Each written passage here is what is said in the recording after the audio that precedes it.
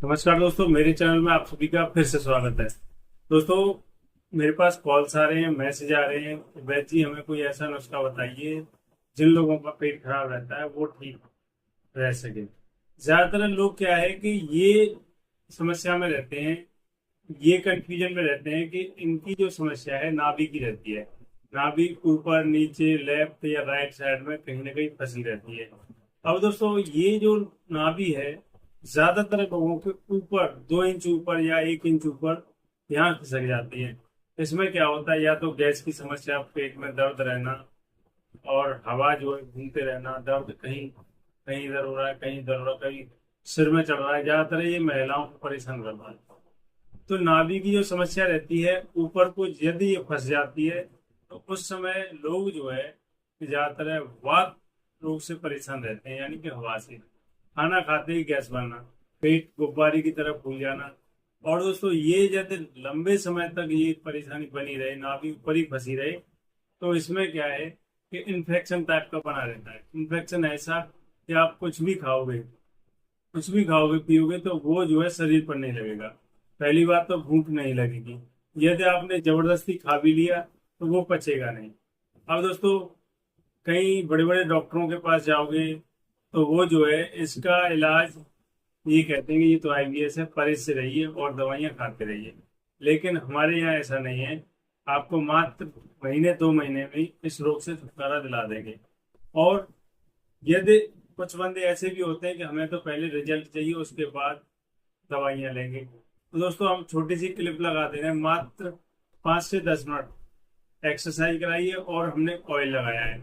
Oil लगाते ही जो गांठें बनी हुई थी पेट में एकदम समाप्त होती जा रही। तो ये सारा क्या है कि नाभि में जैसे ऑयल जाता है तो अंदरूनी स्वेलिंग को ये मुलायम कर देता है, नसों को मुलायम कर देता है।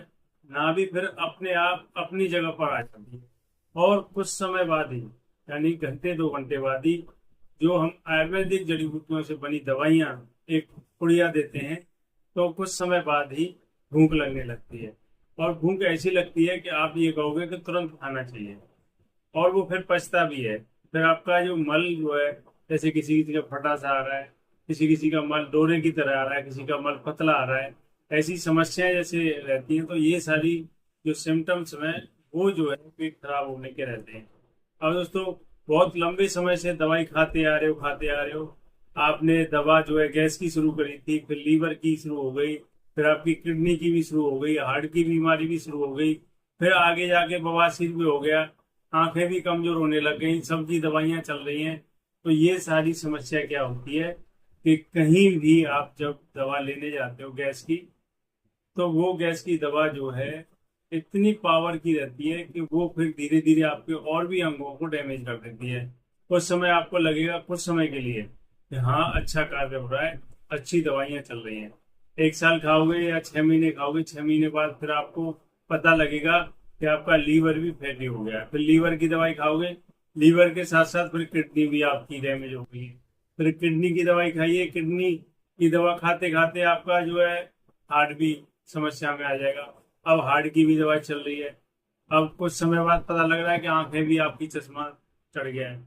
अब समस्या बढ़ती जा रही है और आप जो है फिर भी डॉक्टरों की चक्कर लगा रहे हो, छोड़ नहीं रहे हो। हम तो ये कह रहे हैं कि आप किसी भी डॉक्टर के पास न जाएं, अपने घर पर ही नेचुरल चीजों से अपना इलाज खुद करें।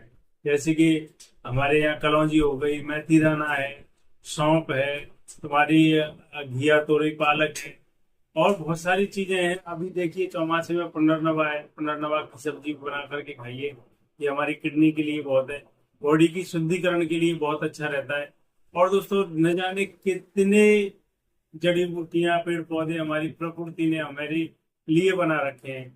जैसे कि यदि आप सुबह सुबह पीपल के पत्ते, तुलसी के पत्ते, नीम के पत्ते बराबर मात्रा में मिक्स करके इसको अच्छे से सिलबट्टे पर रगड़ के और 1 गिलास गर्म पानी में थोड़ा सा घोल के पीते हैं, 1 चम्मच इसका चटनी, तो मात्र 15 से 20 दिन में भी खतरनाक रोग हो उनमें आपको फायदा देखने को मिलेगा। दोस्तों, जो नेचुरल चीजें हैं इन्हीं से हमारा उपचार होता है और यही हमारे लिए फायदेमंद रहते हैं। इसीलिए कहते हैं कि ज्यादा से ज्यादा पेड़ पौधे लगाएं। तो दोस्तों, आज के लिए हमारी ये वीडियो यहीं समाप्त होती है। यदि आपको हमारी वीडियो अच्छी लगी हो तो हमारे चैनल को सब्सक्राइब करें, लाइक करें और शेयर करें। दोस्तों कल फिर मिलेंगे किसी नए टॉपिक, किसी नई औषधि के साथ। हमें आज्ञा दीजिए। तो इसी के साथ सभी साथ में बोलेंगे जय श्री श्याम, ओम नमः शिवाय।